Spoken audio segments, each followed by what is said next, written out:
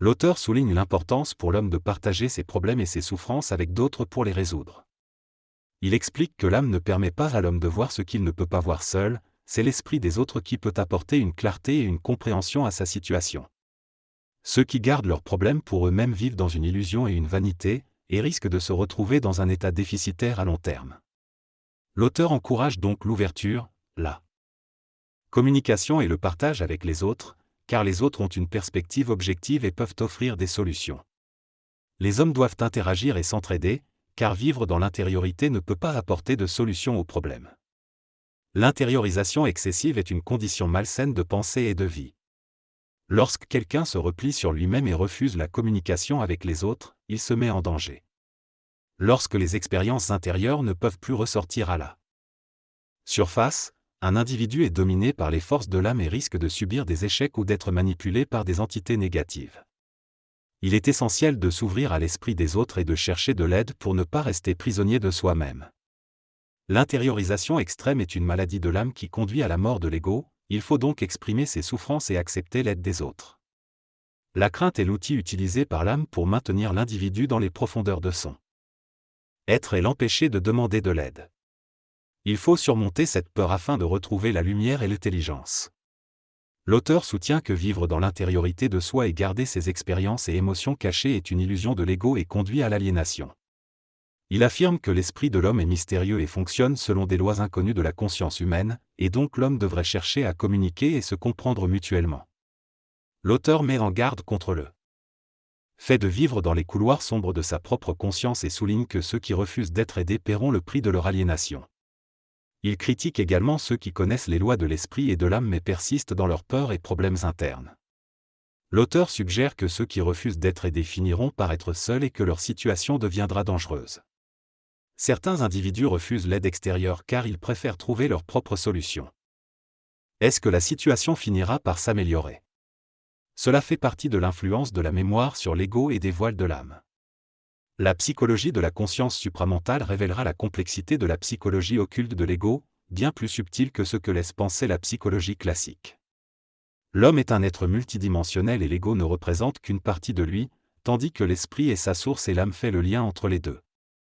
Cependant, lorsque l'homme s'isole en lui-même, elle perd le contact avec l'esprit et se rapproche des forces occultes de l'âme, ce qui pervertit progressivement sa condition et la rend de plus en plus difficile. À un certain point de sa vie, il peut se retrouver si éloigné dans les méandres de son propre château intérieur que seuls ceux ayant une grande clairvoyance peuvent le ramener vers la lumière. Ceux qui refusent l'aide tendue par autrui souffrent souvent d'une certaine vanité mentale, qui empêche l'esprit de les éclairer et empoisonne la relation entre l'ego et l'esprit. L'isolement progressif conduit à une désharmonisation totale de la vie, incapable de représenter une intelligence créative. Les individus qui s'enferment en eux-mêmes, sans réaliser le besoin de communication avec les autres, se retrouvent seuls et malheureux. Ils doivent comprendre par eux-mêmes que l'homme ne peut vivre isolé dans son château intérieur et qu'il doit sortir pour changer progressivement son intérieur et l'exposer à un esprit plus présent. Pour sortir de l'intériorisation, il faut faire preuve d'une grande volonté et tendre la main aux autres, chercher des individus avec qui communiquer et révéler les zones sombres de son château intérieur. Si l'individu s'oppose à ce mouvement nécessaire, peu de choses peuvent être faites pour l'aider. En revanche, s'il commence lentement à s'ouvrir à l'autre, il réalisera qu'il y a une intelligence plus grande chez l'autrui qu'il ne l'imagine. L'intelligence peut aider à transformer le château intérieur en une demeure moderne et éclairée, plutôt que figée dans un passé sans valeur. L'évolution de la conscience exige la communication et l'utilisation de la parole comme source d'intelligence et de lumière. L'intériorisation va à l'encontre de ce mouvement naturel d'évolution. Elle retarde l'évolution, l'empêche et perpétue le mensonge de l'ego. L'auteur affirme que l'intériorisation de l'être conduit à cultiver son caractère et à masquer sa véritable réalité. Ce processus mène à vivre dans un mensonge intérieur, à une perte de volonté et à une décadence de l'esprit. Les personnes qui s'intériorisent créent un monde illusoire dans lequel elles se réfugient et qui les éloigne de la réalité.